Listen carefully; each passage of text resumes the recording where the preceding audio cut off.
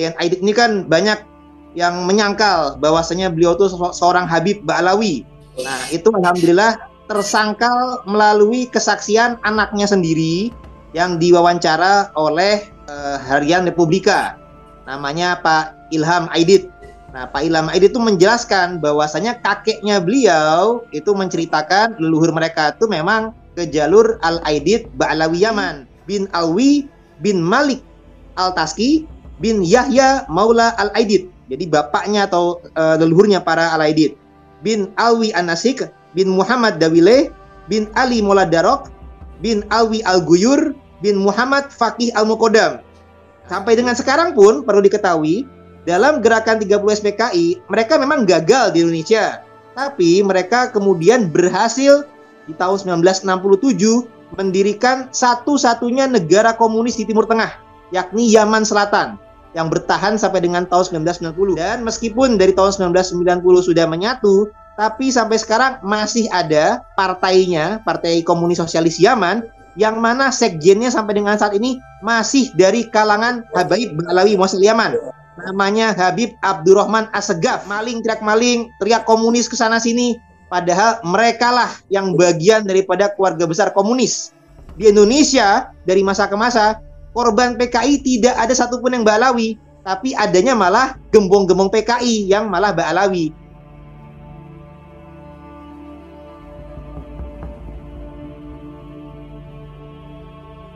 Assalamualaikum warahmatullahi wabarakatuh.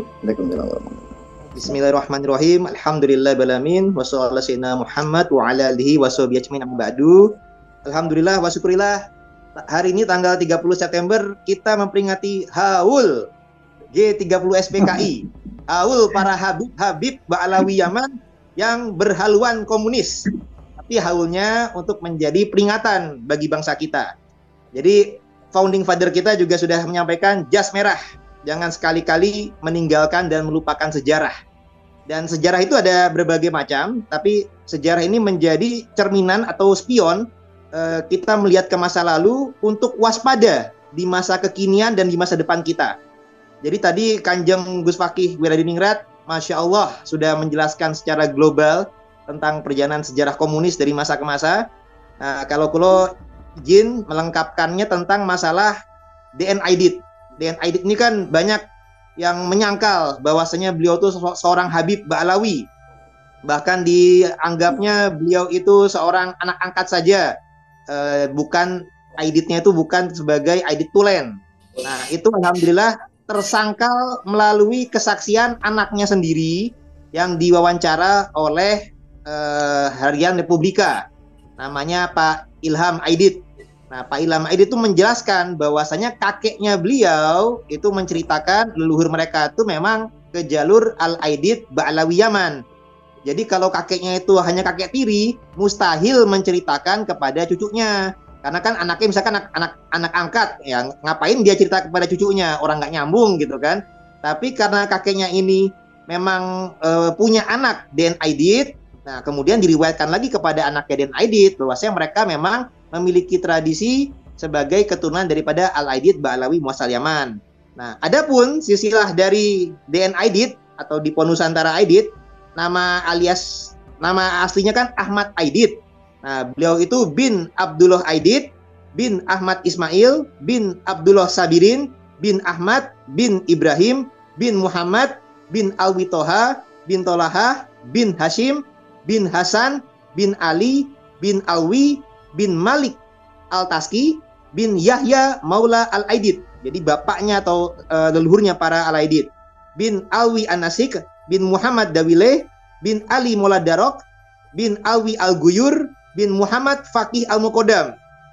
Bin Ali Sumu'ah, bin Muhammad Soemirbat, bin Ali Kolikosam alias Ali Kisam, bin Alwi, bin Muhammad bin Alwi, yang adalah leluhurnya daripada Ba'alawi, bin Ubaidillah. Nah, dari Ubaidillahnya nyangkok nih kepada Said Ahmad bin Isa mulai di abad 9 Hijriah oleh Ali bin Abu Bakar As-Sakron dalam kitabnya Al-Burqah, Al-Musikoh, yang oleh saudara kita Kiai Imad bin Usman bongkar dalam kajian tesisnya. Dan juga nih Kiai Imad juga sudah meneliti lagi berdasarkan kajian dari kitab Al-Tufan Az-Zaman Ubaidillah itu bukan sebagai anak Ahmad bin Isa, bahkan sudah ketemu itu awalnya itu nyangkoknya kepada keluarga Bani Ahdal.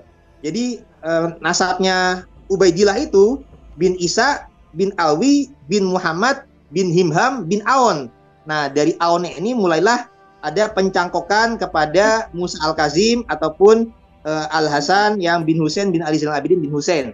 Jadi ada dua pencangkokan yang sama-sama nggak jelas, sama-sama suka mencangkok dari masa ke masa, dari Bani Ahdal mencangkok, dari keluarga Bani Jadid mencangkok.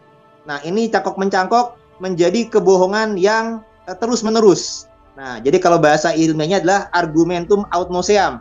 Jadi sesuatu yang salah, sesuatu yang palsu, sesuatu yang bohong, tapi bila mana disampaikan terus-menerus hingga disangka benar. Nah, jadi kita dalam hal ini prihatin, sudah waktunya kesalahan ini dibongkar dan jangan lagi diteruskan. Bahwasanya ini nasab palsu Ba'alawi ini memang fiktif karena kontradiksi antara data di abad 9 Hijriah yang merupakan data sekunder, kontradiksi dengan data primer dari abad 4 sampai dengan 8 Hijriah. Kontradiksi pula dengan data dari data internalnya Yaman dengan data eksternalnya Irak. Jadi dari negeri yang diklaim sebagai negeri muasalnya, dan juga kontradiksi dengan tes DNA para Ba'alawi yang haplogrupnya G sesuai dengan gerakan 30S PKI.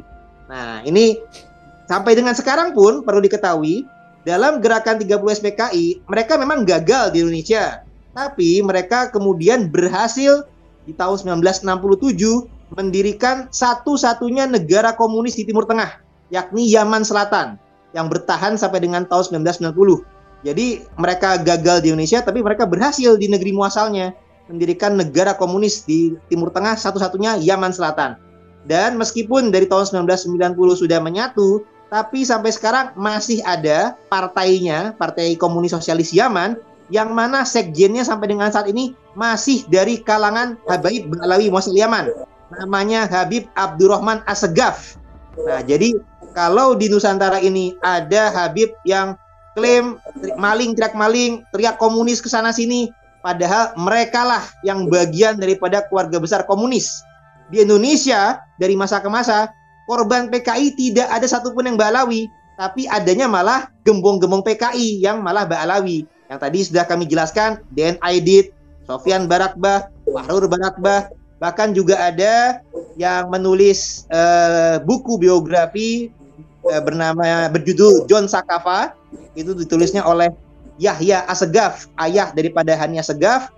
Itu jelas-jelas dalam buku biografinya dia bekerja sama dengan agen komunis di Rusia, kemudian dengan agen Mossad dan KGB, intinya berhaluan komunis, bahkan Zionis.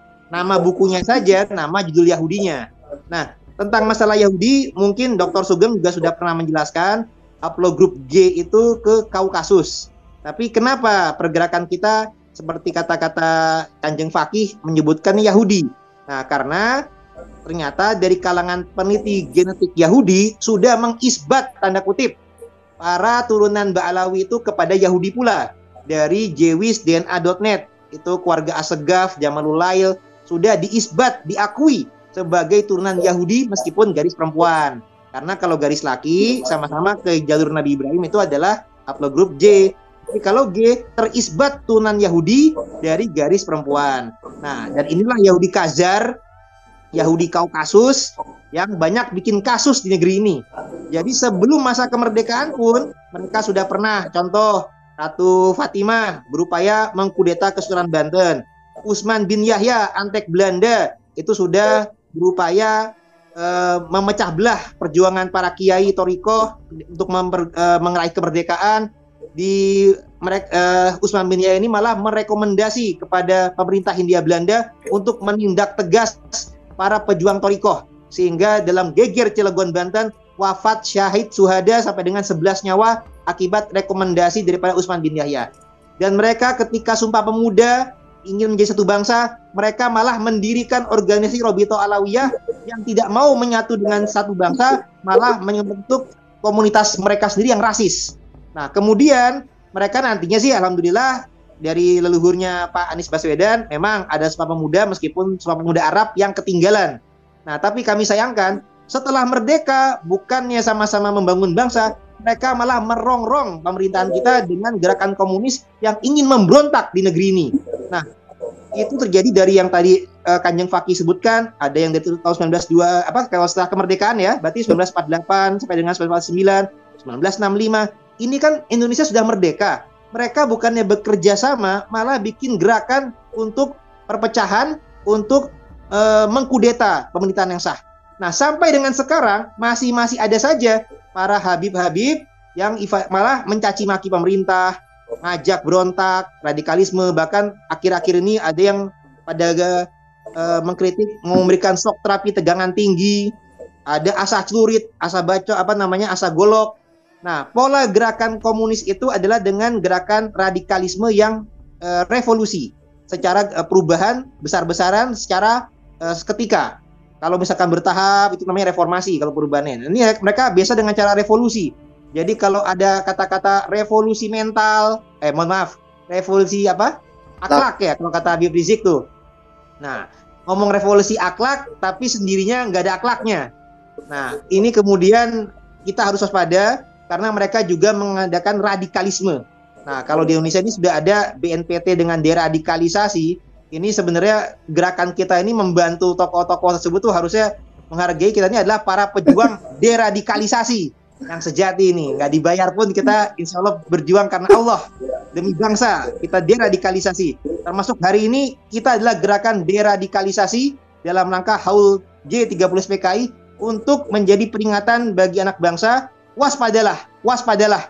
Jangan lupakan sejarah. Ini banyak gerakan Habib Ba'alawi yang masih menggerogoti di masa sekarang. Mereka termasuk di Kerawang tanggal 10 Agustus lalu, mereka sampai menyiapkan kurang lebih 500 massa untuk gerakan yang sifatnya malah menjadi ada korban dari orang Banser dan Kiai NU. Ini juga perlu kita prihatin. Mereka menggunakan kekerasan dan yang diadu domba pribumi ini. Jadi zaman PKI dulu pun Ba'alawi ini otaknya, tapi banyak orang-orang pribumi yang akhirnya dibenturkan, termasuk yang tadi Gus Fakih ceritakan di Banyuwangi itu, korbannya Banser diracun oleh Gerwani dan lain-lain. Itu banyak pribumi-pribumi yang pengikut Habib atau Mukibin ini diadu domba dengan pribumi yang punya kesadaran. Nah, kita berharap para Mukibin segeralah sadar. Kami memang tidak bisa untuk merubah keyakinan daripada keluarga Habib Ba'alawi karena mereka sudah doktrin turun-temurun. Ya moga-moga aja sadar. Tapi para Mukibin segeralah sadar. Jangan mau jadi antek penjajah dari masa ke masa ini. Bangun, sadarlah. Semoga kita semua sama-sama bisa merdeka. Sekian dari kami. Wallahu muwaffiq ila aqwamit thoriq. Assalamualaikum warahmatullahi wabarakatuh. Waalaikumsalam warahmatullahi wabarakatuh.